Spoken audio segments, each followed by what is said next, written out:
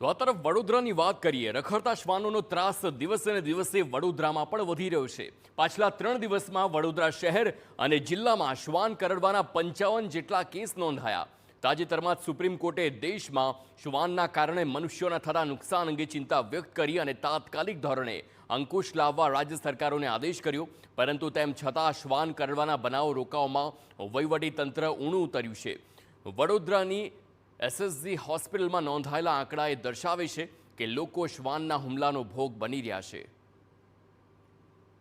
SSG hospital Vadodara ખાતે છેલ્લા 3 દિવસ દરમિયાન 55 જેટલા કૂતરા કરડવાના કેસ નોંધાયેલા છે.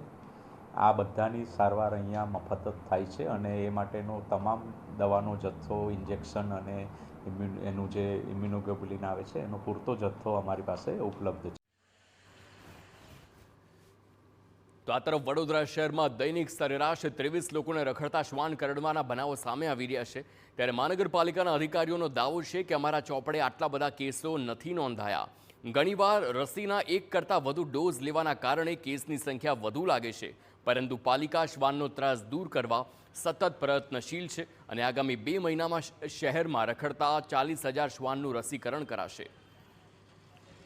અમે 2 રીતે કાર્યવાહી કરીએ છીએ.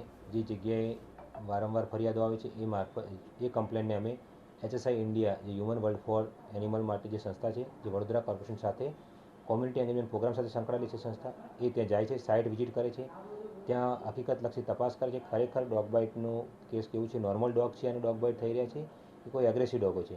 જ્યાં જ્યાં અમે એગ્રેસિવ ડોગની ફરિયાદ આપે છે એ જ ટીમ તાત્કાલિક જઈને ત્યાં કરે છે. અને રૂટીન ફરિયાદ હોય છે તો ટીમ દ્વારા નેક્સ્ટ ડે અથવા રૂટીનની અંદર પ્રોગ્રામ જે રૂટ વાઇઝ જતા હોય છે એ રીતે ડોગ પકડવાની કાર્યવાહી કરે છે.